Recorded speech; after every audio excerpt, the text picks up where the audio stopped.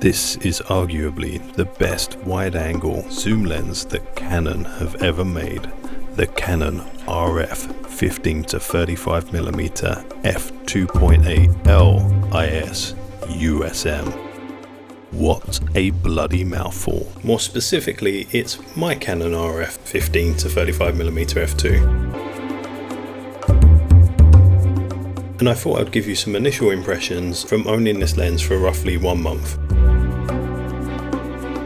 For those of you with no patience whatsoever, the lens is exceptional, but a little bit big and heavy. But I'll get into a little bit more detail now. And I might as well start with the reasons of why I actually got this lens in the first place. Now, when I typically travel, I take a Leica with me and maybe a 28 to 35mm lens. That will be important in a minute.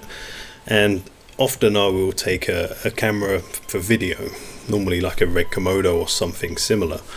And it's just got a little bit too much to walk around with. So recently I got myself a Canon R5 and I was looking for a lens to put on it that would keep things fairly simple. And for me, my favorite focal lengths, like I mentioned earlier with the photography side of things, 28 to 35mm, and for the talking to camera bits, walking around doing silly vlog type things, you really need something a little bit wider than 28. So the 15 to 28 range is where I thought that would be very useful for me. So that's why I got it in a nutshell, is I thought it would cover all of those bases and be just one go-to lens that I can take traveling with me. If you look at any of my pictures on Instagram, or you've seen some of my photography that's been here on YouTube, I am not a pixel peeper at all. I like to use film cameras. I'm happy to have grain, I'm happy to have blur, and actually for me, I prefer to have character in the lens, something that looks a little bit unique. Just sharp, clinical lenses are not the normal type of lens that I would go for.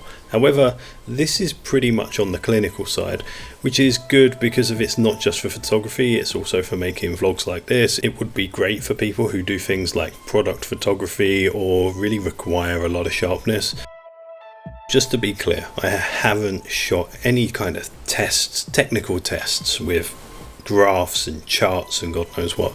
But I did take this one picture in Japan, in Tokyo, near the hotel, and you can see here from the trees that they're pretty sharp for me. I mean, if we zoom in like 1000%, yeah, there's a little bit of blurring, but this was handheld, and how much sharpness does one really need? Coming from a background where I typically shoot with primes, I would be more than happy with this. I don't get why anybody would need anything sharper, but I guess there's some people out there who love the enhance button. Enhance 34 to 46.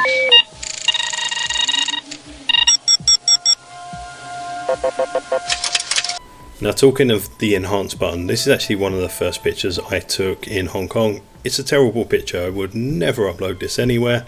However, it was just a good example of using this at night in the dark. And when I got home and put it into Lightroom, I just kept zooming in, and this guy's face is not the sharpest image that you're going to get from this distance in the world, but considering this was done in low light, handheld, a pretty slow shutter speed, the fact that you can zoom in so much into the image and still be able to retrieve so much detail is a little bit unreal for me, for somebody that comes from a film photography background. But yeah, let's move away from sharpness. Ooh, matron. Yes, it is big. My other digital camera that I use, photography camera, is a Leica M10, which is tiny in comparison, and the lenses are tiny in comparison with this one. And as you can see here, this is a 28mm lens next to a 35mm lens, and here's the 15 to 35. It is big compared to what I'm used to. However, in terms of the Canon range, I've put the 13 to 55mm next to the 50mm 1.2. It's one of the other lenses that I'm kind of interested in for the RF system, and this lens is actually a little bit smaller and weighs a little bit less than a single 50mm for the Canon RF. So I guess overall it's not too bad. So the autofocus is unreal for me.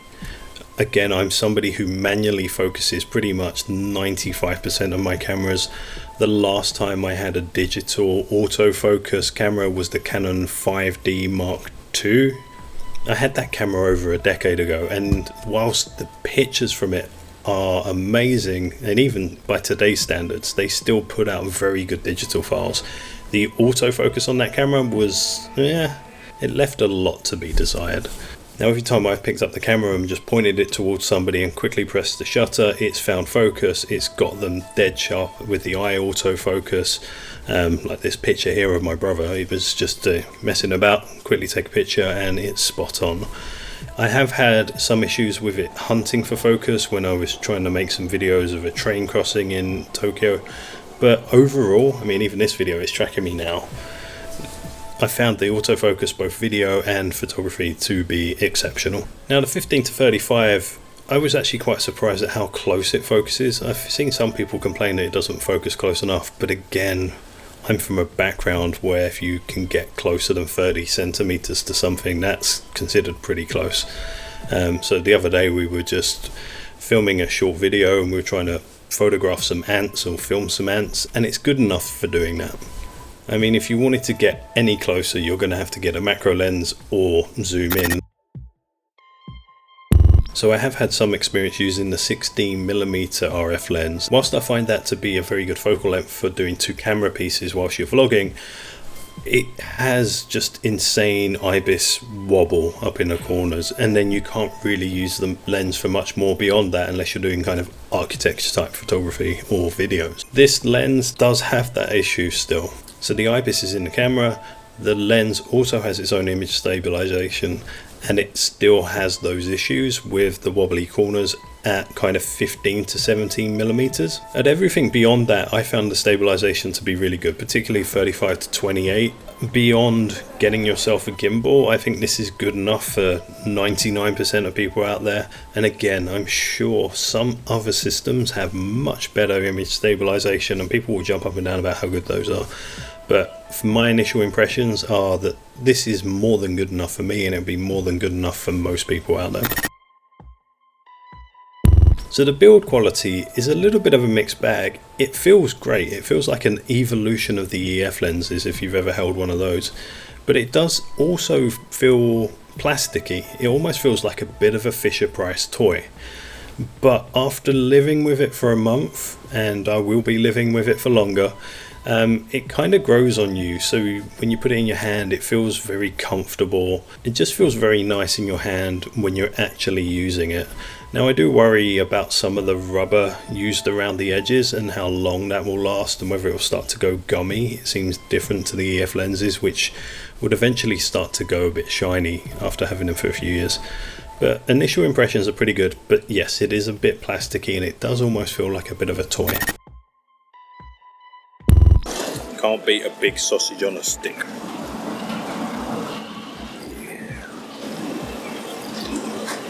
So if you're thinking of getting this lens just for vlogging, do be aware it's exceptionally heavy. It's about 850 grams. You add on the body, you add on a microphone.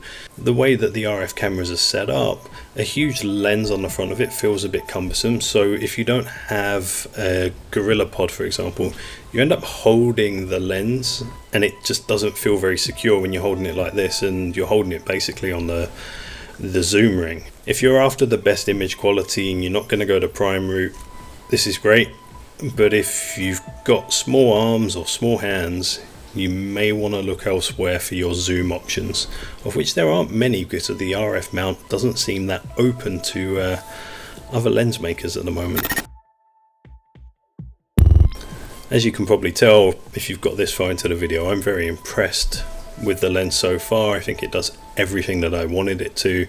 I just wish it was a little bit lighter and a little bit smaller, but to get the glass elements in the way that they've had to do things and not have a big bulbous lens element on the front to be able to do that, I get there's some technical limitations, and it has to have a certain amount of glass in it and autofocus motors and God knows what else.